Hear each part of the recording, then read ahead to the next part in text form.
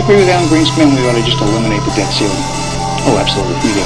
The ability of almost every working American to access more credit than they should have been able to masked the underlying fact that lower and middle class incomes were not rising. That's not a tenable strategy. Isn't now the time to eliminate it? Oh, we've been a long time ago. Let's put aside terrorism. Let's talk only about our own homegrown animals that are patrolling America right now. So it goes down to the simplest thing. Be prepared, be vigilant.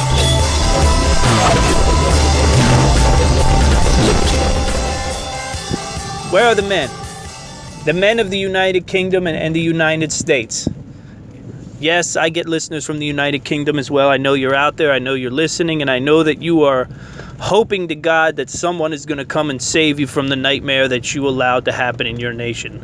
Just like those one that, at a lesser extent, we've allowed to happen in our nation. But I want to talk to the men exclusively. Ladies, turn down the volume, turn the knobs, turn off the show, skip forward ahead by about 20 minutes. I don't know. Or you can listen in, but I can tell you it's not going to be pretty.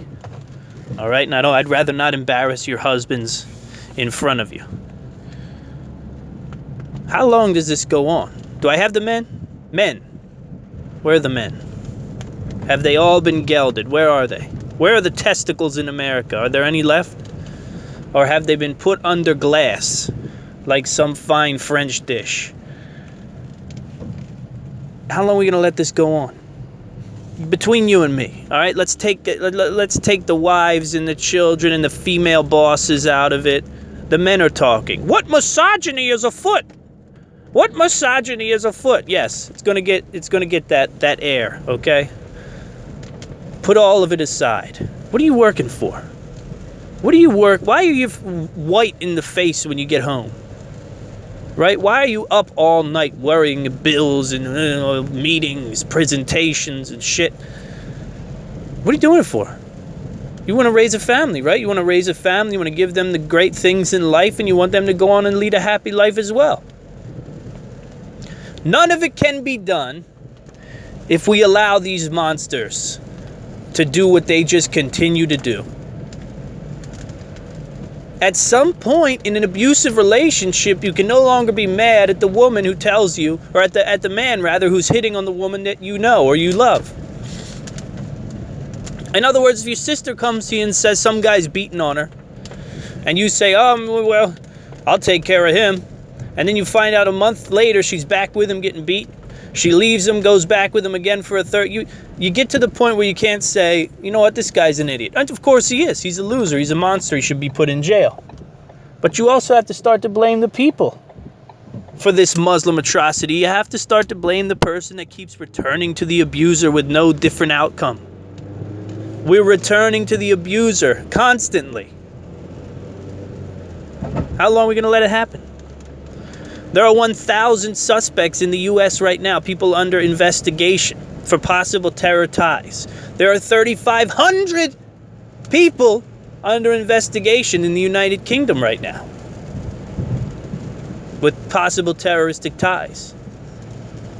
Are we ever going to make people responsible for anything? How about this for starters? You want to for starters? How about this for starters? If you're an immigrant in the nation, you're a refugee, right? You're probably on government money in some way or another. Let's be honest. You come to the nation, you can't speak, you can't write, you can't do shit. So you're making money. Somehow you're getting money. Probably out of my back pocket, probably out of the folks who listen to the I Am Liberty show's back pocket, right? I'm just saying it. I'm not knocking anybody. I'm just giving you factual shit. So, deportation. It's the only answer. If you can't come here and keep a clean slate, go to a clean mosque, don't go to shithead websites where you're going to wind up learning how to make bombs with nails or pressure cookers, then deportation. We have 1,000 people under investigation. You think one of them are going to kill several Americans? Definitely. Do you think that within the next 6 months we're not going to hear a story about a guy who the FBI's been watching him and they've been paying close attention to his moves, but it wasn't until he put the blade to the little girl's throat that we could do anything, and by the time we got there, her head was already rolling down Fifth Avenue. Sorry. No, this policy doesn't work. And the UK was doing the same thing, and this guy was under watch. This, whatever his name is, I don't need his name. What do I need his name for? They all sound like some kind of sausage you buy at an Italian place. Anyway, 1,000 suspects in U.S. deported, 3,500 in the UK deported, and going forward, we're not wasting government money and government time on following people around. And you realize that that's what the FBI is doing. They're investigating. They're spending the money to watch 1,000 suspected terrorists. Now, either they're doing a great job and spending the money they should be, or they're not doing a good job. But either way, it's bad. 1,000 suspects in U.S. deported, 3,500 in the UK deported. And if you come to our great nations, our beacons of freedom, which is what they are, despite the social justice madness, they're still beacons of freedom and hope in the Western world. If you come to the nation and you can't keep a clean slate, and there are suspected ties with terrorists or terrorist groups or terrorist activities, deportation! Goodbye, it's over. Have a nice life. Go back to Libya. Go back to Syria. Duck the bombs. Dodge. If it's so bad, listen to me. If it's so bad over there that you have to come here, then you have to keep your shit together, man. You have to have a clean slate. You can't go to the preacher who tells you need to throw the gay people out of the chapel. You can't do it. That's all. You can't do it. Modify the religion, modify your religious beliefs, or get the hell out. You want an answer? You want an answer? I'll give you an answer. That's the answer. That's all there is to it. That's the expectation. We'll take refugees in, but the moment we smell the slightest prick of the nostril hair that you're doing something you shouldn't be doing, or going, or learning, or doing this or that, then it's out of here. It's goodbye. I'll sponsor a flight with my tax dollars. I'll sponsor a flight back to Libya for these monsters that come in here and do these things. What are you worried about? Why don't you say it? You just have to say it. Just come out and say it. Just say it. Just talk about it. We live in a time of ideas. Put it on Twitter. Put it everywhere. Put it on social media. We deport them. That's it. Suspected ties to terrorism? No, we don't have to wait until they kill somebody. Deportation. Goodbye. Have a nice life back in. Oh, you left your kids and your wife behind? You should have made a better decision, my man. I don't know what to tell you. We're not waiting on the nail bomb to go off. All right? We're not going to frappe our citizens because you can't get yourself together. Explain it to them up front. We can't put expectations on people who come to our nation. But I know why you're worried. Because you got bosses. You got wives and you got people, right? You're worried. You're scared. You're nervous at what people might think of you. Because you're a man of the 2000 age. If you were a man of the 20th century instead of the 21st century, particularly the early 20th, you'd be pulling these people out of their homes and lighting them on fire, probably. I mean, we changed a lot, okay? And then a lot of it's for the better, and that's a piece of it that is for the better. How you doing? I gotta be personable to the people at the toll booth, okay? But I know what you're worried about. You're worried about the women. You're worried about the women on The View, right? And how they'll talk about men being men again. How they'll talk about men being nasty and mean and hurtful. And how everybody's supposed to be nice and have gelled hair and you know, a nice trimmed beard that they put pomade or whatever the hell into it. I got my beard conditioner and I'm a smiley guy and everything's good and nice and happy, you know, and just get me a nice craft beer and I'll sit over in the corner and be quiet. And when the bar fight breaks out, I'll let my wife handle it. Look, when things are nice, when things are peaceful and times are great and business is good, hey, you can be that guy. But we need a different guy now. We need a guy who's not afraid to go out into the world and say, by any means necessary, we need to protect the American people because they're at risk. Because there are warring factions standing against them at every turn. At every turn. Can you argue with that? You can't argue with that shit. There are people right now living on your money, my money. Your wife's money, my wife's money. tinkering up there in their apartments and in their public housing, putting together bombs just like the one that was fashioned in Manchester. It's just the reality. And I don't care if it's 1 or 1 million. If there are suspected ties to terrorism enough so that the FBI decides to put you on a watch list, then you're gone. We're not watching you. This isn't Muslim daycare center, okay? This is America. It's the United States of America. It's an honor and it's a privilege. Don't forget it, man. Don't worry about the women on The View, I'm telling you. Don't worry about the people at work. That, you know, at a certain point in life, you have to realize something, that freedom and mankind's liberty is more important than anything else. It's more important than your salary. It's more important than your relationship with your wife. It is. It just is. It is. It's the most important thing on the planet. There's nothing more important than the idea that man should be free. And we're trickling towards a time where that idea goes out the window. It happens. Go to Saudi Arabia. Talk to me about freedom and liberty. But I get it. You're scared. I understand. It's a frightening thing, but what you have to sit down and tell women is that, you know what?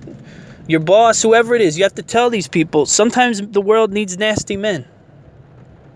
There are times in history when men have to get nasty. That's what happens. You know, we're not an enlightened... just 60, 70 years ago, we were dropping nuclear bombs on the Japanese. All right?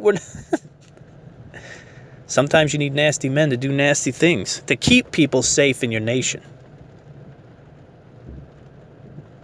We've been going around in circles with this for how long? We're not going to make jobs over there. We're not going to put people to work, and the youths of ISIS are going to stop cutting heads off. It's not going to happen. And what I have to explain to the men, which is why I wanted the ears of the men, is that sometimes the women don't want to get their hands dirty. And you don't blame them for that. You know, we're two different things, and that's what is great about what we do.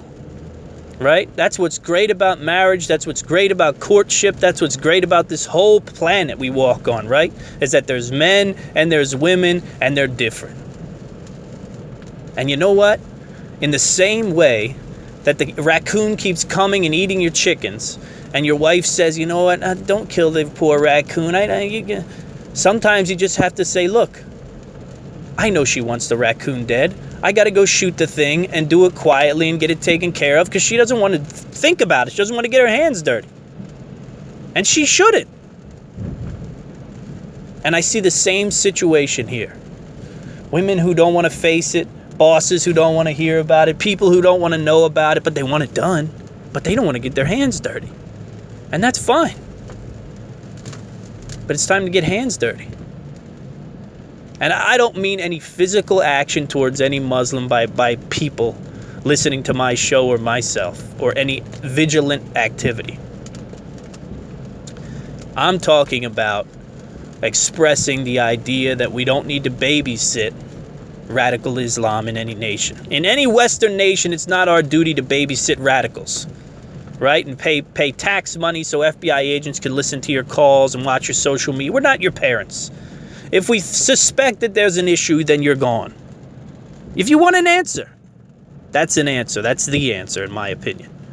And it's going to break families up. It's going to make people feel real bad in the heart. And like I said, someone has to do the dirty work.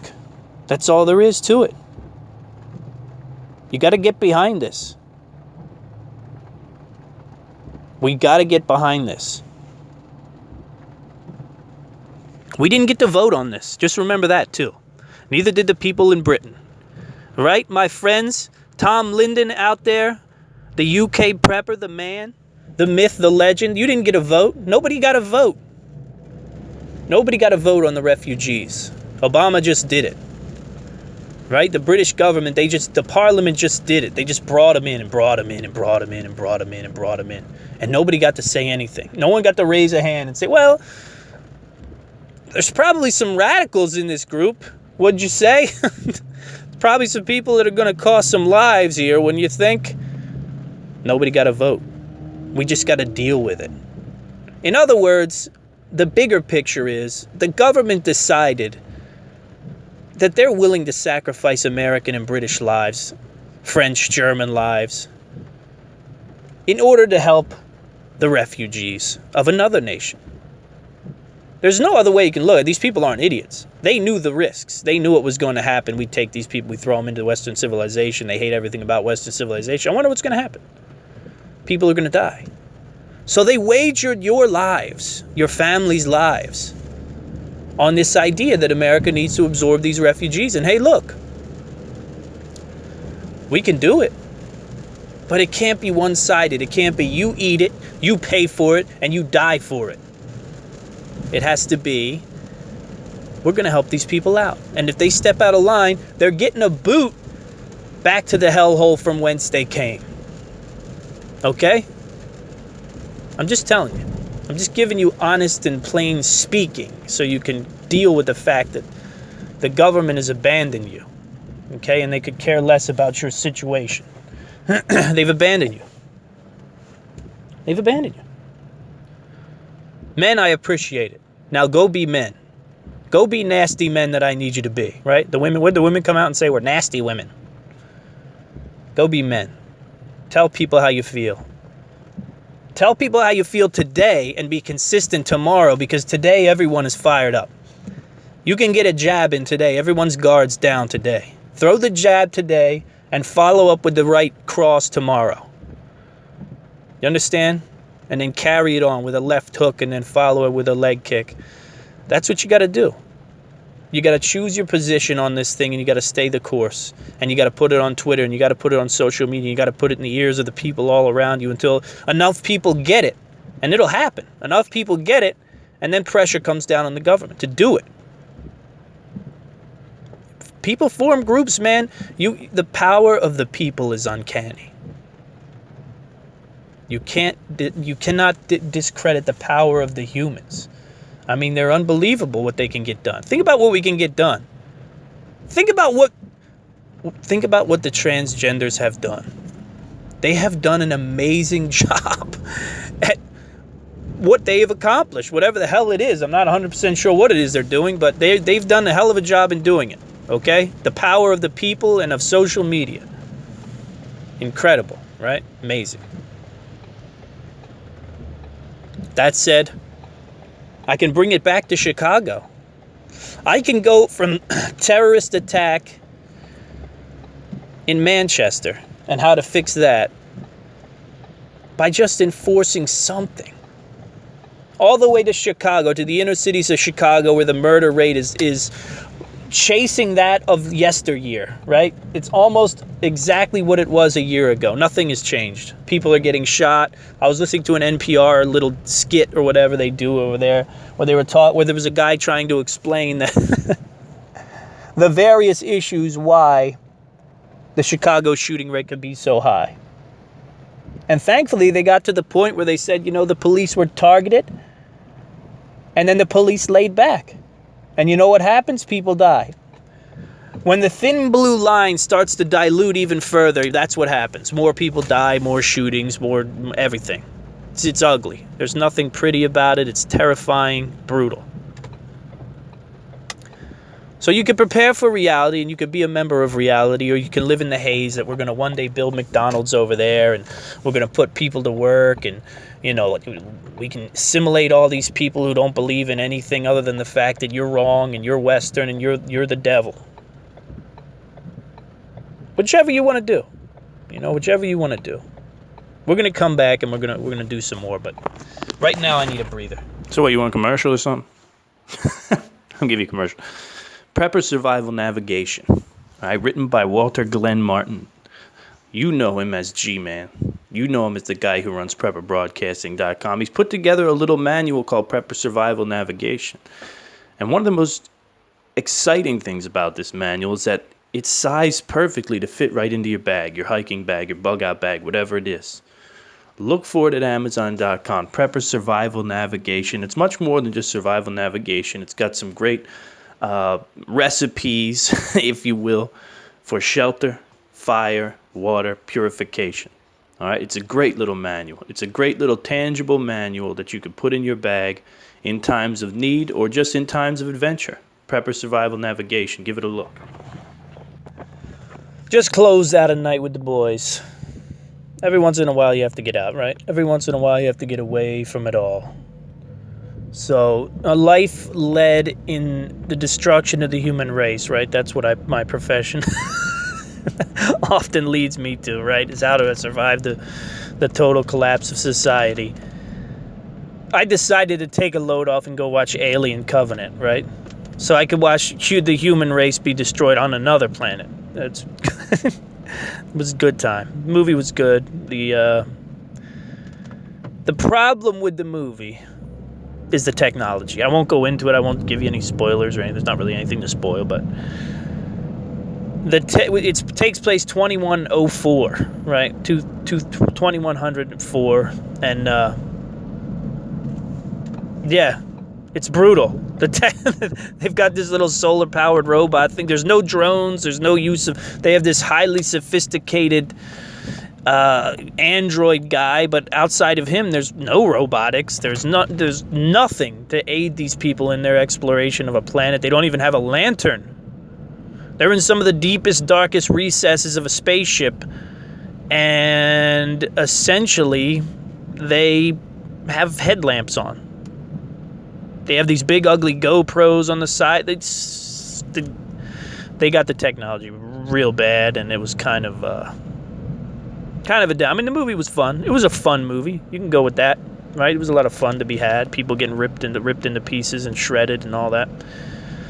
If you're into that sort of thing.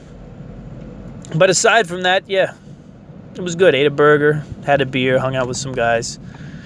Got away from being dad, got away from being hubby for a little while. You got to have that balance, man. That balance is so important. And it's good to get away from the Manchester murder, right? It's good to get away from the radicals for a couple hours and escape.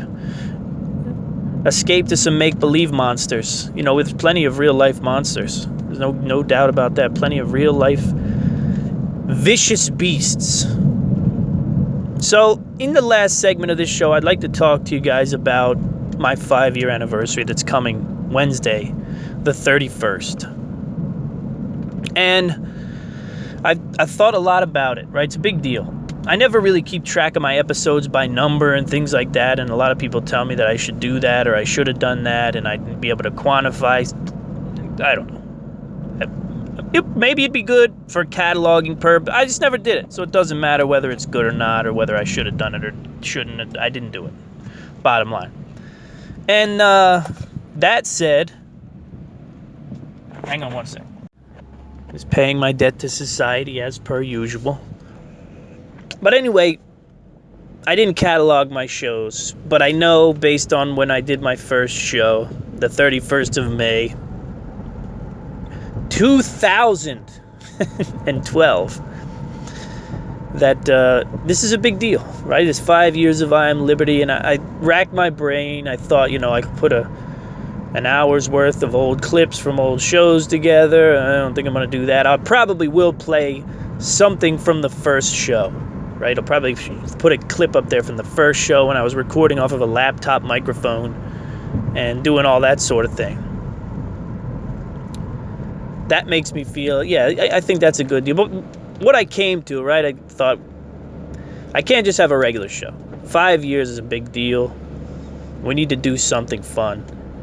And what I'd like to do is to have some of my guests, some of the people I met in this podcasting adventure, call up and talk about their successes and talk about their businesses or whatever it is that they do. And I'm going to send some messages out to people probably maybe tomorrow or the next day and ask them to call into the show, talk about, their experience with I Am Liberty, talk about what they're doing right now and kind of how it's I Am Liberty has brought success to them, because I know we've brought success to quite a few businesses in some degree or another. We've definitely given exposure to businesses and things like that, because that's what the show's been about for me. It's been a great success. It's been a great success. I don't really know what else we'll do. We'll probably just maybe go through the various shows and talk about how it's been over the 5 years, how it's changed, how it's not changed. And what's come of it? You know, a lot has come of this show. I mean, I'm writing a book now that is basically built off of what this show started. You know, this book about community and about empowering neighborhoods and empowering people and getting out from under the oppressive arm of, God, how many things, right? One of the best chapters in the book is about the contamination, about the lockdown that companies have on our food, and the various things that we struggle against, right? We struggle against these forces, man, these incredible forces that we can break the shackles with our neighborhoods if we do the right thing. And this whole idea of community level preparedness and community cohesion really came out of doing this podcast and realizing that there were some options. You had an option to hide away in a bunker and isolate yourself, right? Isolation is another one of those big issues that I talk about in that chapter. Or you had the ability to figure out a way to make it work before it all goes bad. You know, how can we best weather the storm if things go bad? And that's where the Reroute USA movement came from, right? And that's just kind of been pared down and been changed a little bit to become what it is I'm writing right now. And you guys are going to love this book, I'm telling you. You're either going to love it or you're going to hate it. That's what I can tell you about it. And tentatively, it's titled Community, right? Because I think that the community in the neighborhood is the key to unity in this nation. I think the communities online that we've developed have created division in a lot of senses. I think they've created division, and I'm not really too keen on any of that stuff. So a lot has been born out of I Am Liberty. You know, great friendships, great bonds, great guests, great experiences, just a lot of stuff, man. You know, it's brought me the profession that I have now, freelance writing. That was a huge part of being able to jump into that line of work, was having this background, having 4.5 years at the time of preparedness guests and information and ideas and writing my own preparedness books. All that stuff combined into, oh wait, I can do this. I can do this for a living. I can do this freelance. I can make a living off of this. And that's the power of a podcast, man. And the power of a podcast should never be understated. The power of consistently podcasting. That's what's important. You know, you can't expect much out of a podcast that you do 4 times a year. But, you know, I put 2 shows out a week for 5 years, practically. Almost 2 shows out for 5 years. I think I started on prepperpodcast.com, and then I moved to Prepper Broadcasting about half a year later. Started doing the live show, and then I was hooked on the live. And then from there, I slowly dropped off of Prepper Podcast, and what I started doing was doing my own on Libsyn, which is what you're hearing here. So we're in it 5 years, and I think it's worth talking about. I'd love to know what you'd like to see.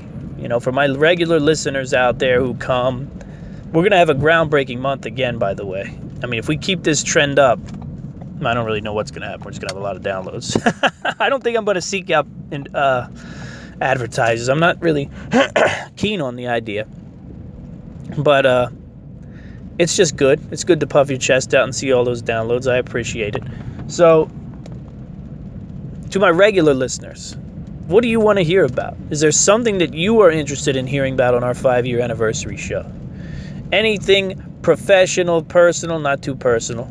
But is there a topic you want me to explore? Whatever. You know, whatever it is. We're going to talk about success. We're going to talk about inspiration.